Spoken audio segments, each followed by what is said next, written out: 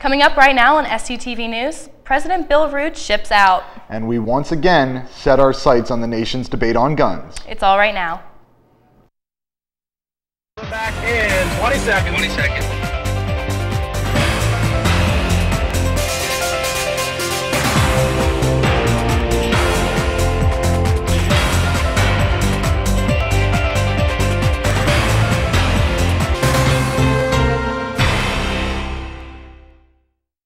Hello and thanks for joining us on SUTV News. I'm Lucy Davis. And I'm Perry Mattern.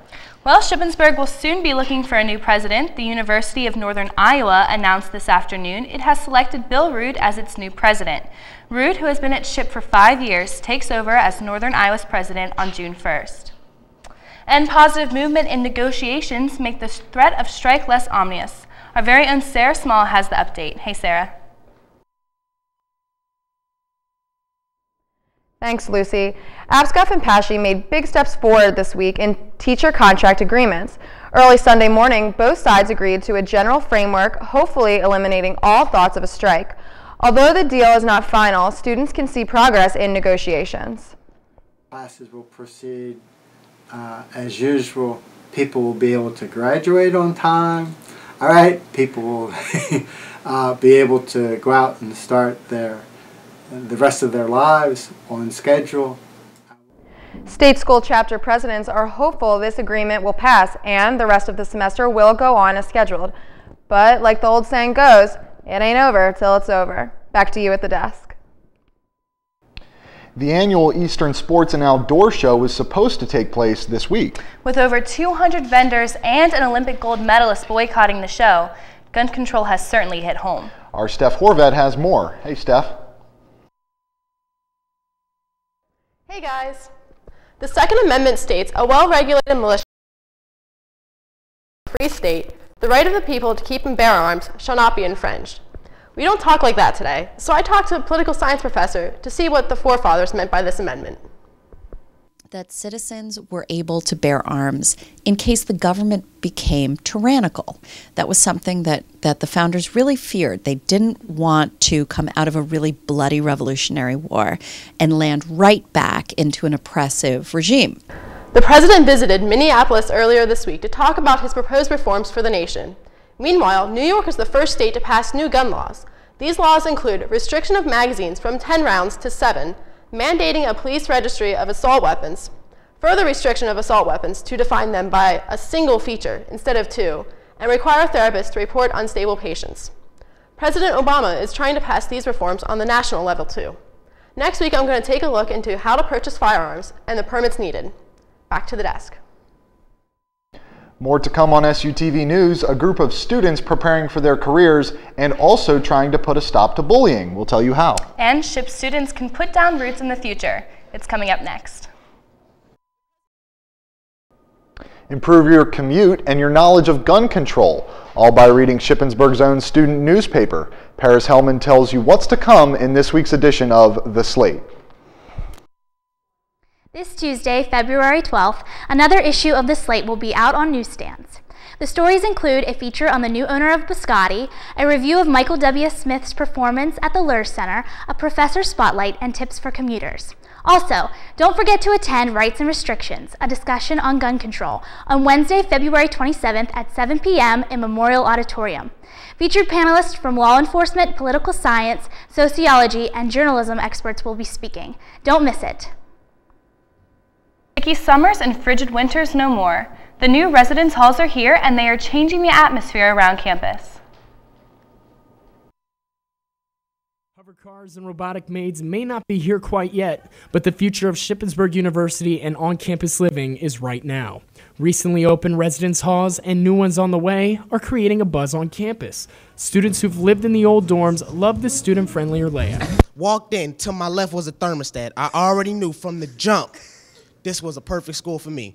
On top of that, 2 sinks, 1 bathroom. Come on now, can't beat that. You didn't really meet as many people. You kind of met your 5 roommates and that was it. Here you get to meet a lot more people going through the elevators and the hallways and everything. While students have trouble finding anything wrong with the new dorms, one RA has heard some reasons why students are worried. There's only 3. They really are high interest. You know, I know when we moved in halfway throughout this year, they were at 100% full capacity because all students wanted these housing units. These new halls bring the comforts of home living to an on-campus setting, making educational resources more readily available. So the everyday use of the hoverboard and hover car may be in the distant future, but the future of Shippensburg University and modern on-campus living is here today. Lance Kopp, SUTV News.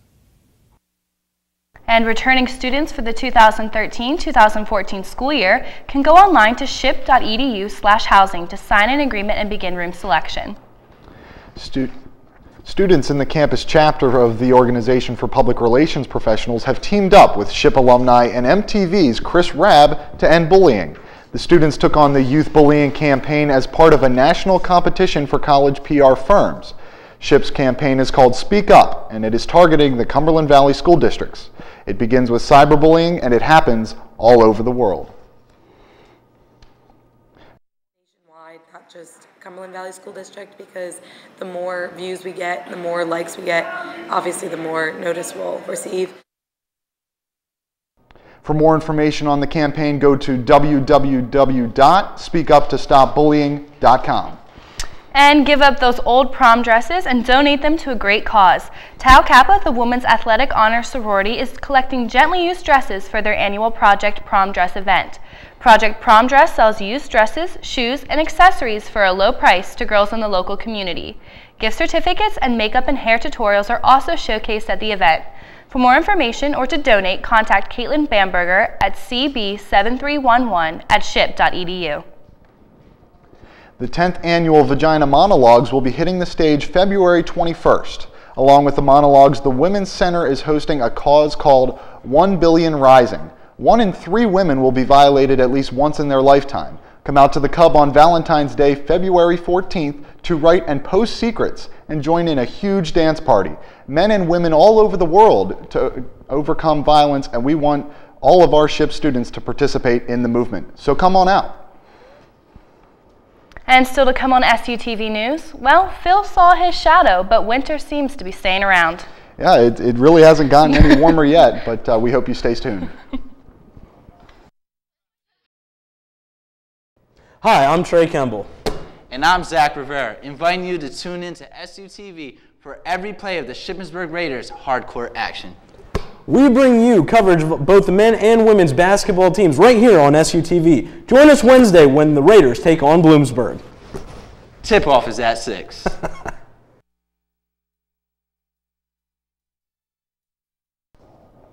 Now let's go to Zach Briscoe with some exciting weather that is coming our way. Hey, Zach. Tonight we will have cloudy skies and we will have a low of 28 degrees. Some light snow will move in late. Tomorrow we'll see a high of 38 degrees with a wintry mix of precipitation.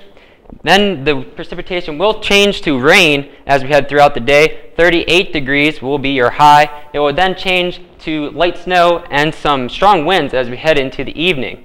Taking a look at our storm system, it is in 2 pieces right now. We have one piece down in the southern states and we have one in the north. Those 2 will combine off the northeast coast, and for that reason the National Weather Service has issued winter weather advisories, winter storm warnings, and blizzard warnings for the northeast. Taking a look at our snowfall, right here in Shippensburg, we're not going to be seeing too much snow, about 1 to 3 inches of snow, but as you head up towards Boston, 22 inches of snow, and even more than that, with winds gusting up to 60 miles per hour. So if you have any family up in the northeast, you might want to give them a call tonight.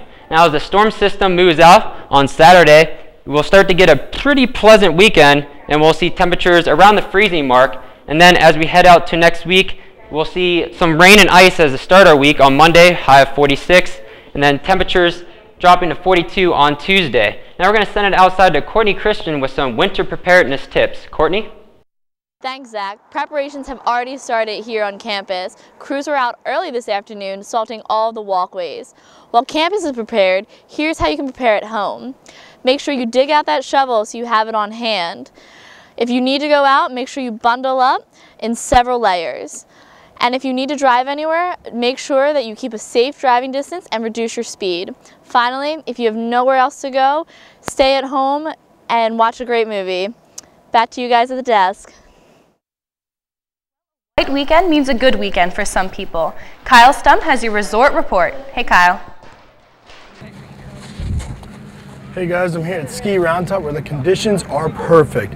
Local resorts around the area have really been taking advantage of these cold temperatures moving in. The top surface is a nice packed powder, so it's going to be nice and soft coming off any jumps, rails, or just carving down the mountain, whatever you guys are into. If you don't have anything going on this Saturday, Park Crew's holding a DC Rail Jam. For more information on that, go to skiroundtop.com. Check it out, even if you want to come watch or take part in it, whatever you guys want to do. Mountain's 100% open, all the lifts are spinning. Beautiful weather out today. I'm in a light sweatshirt, feeling comfortable. Take advantage of the snow while it's here. Back to you guys. Thanks, Kyle. If you can make it out there, it definitely is an awesome weekend to ski. Now, for some fun indoors, we will take it to Kristen Pappas with this week's entertainment.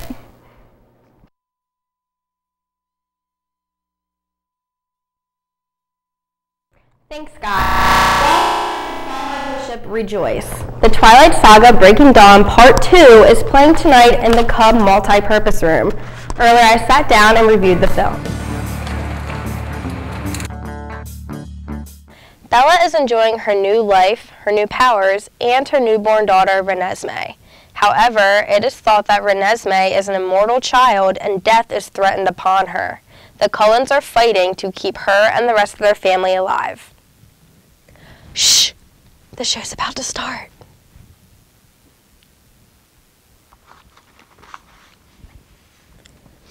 So, I just got done watching Breaking Dawn Part 2, and as though it was really crazy and intense and twisted scenes, I think I would only give this movie a 7 out of 10. You definitely need to check out the first 3 films to understand what's fully going on.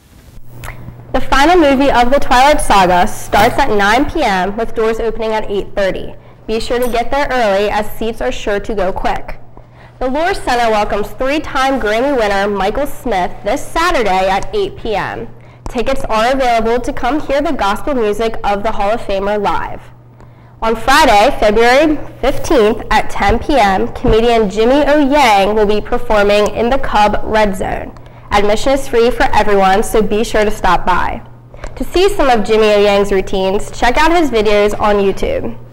Well, that's it for me this week. Now, here's our own Tyler Farrell with a Grammy preview.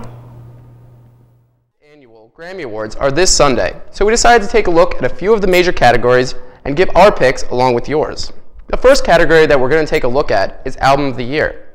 The nominations are full of alternative genre stars, including the Black Keys with El Camino, but I look for critic darling Blunderbuss by Jack White to take home the hardware. As for your pick, you guys decided Some Nights by Fun will come out ahead.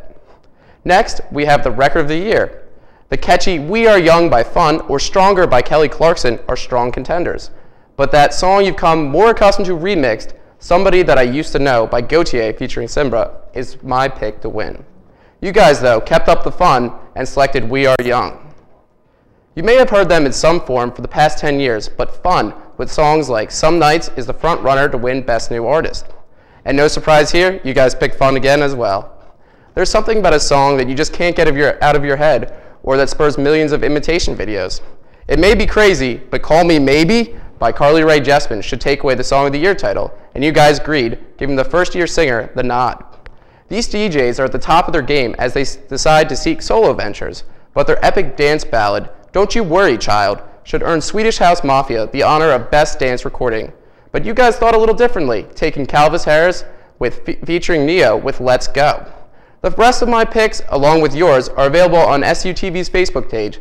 So go ahead there and check those out, and tune into the Grammys Sunday night on CBS at 8 p.m.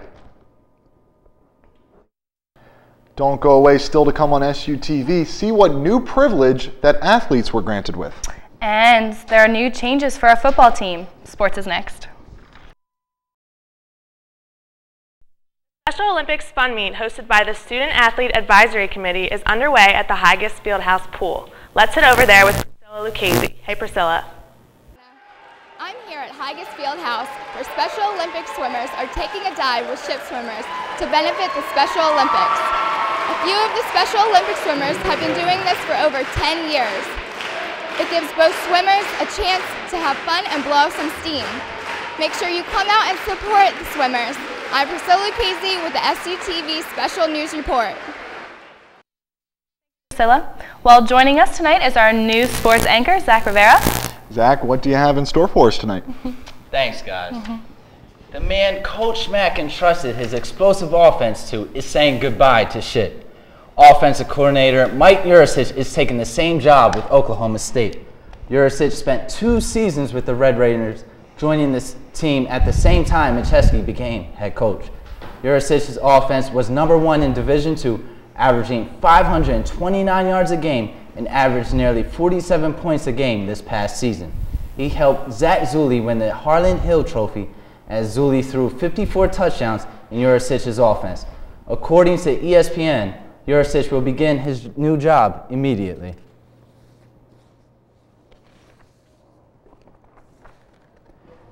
Shippensburg athletes now get a jump on class scheduling. Administrators have agreed to allow each team to schedule during the first week of scheduling. In the past, only the men's, women's basketball, baseball, and softball teams could schedule first. The athletic office teamed up with Dr. Sir last semester to present the idea to the provost. The change will help student athletes schedule around practices and games.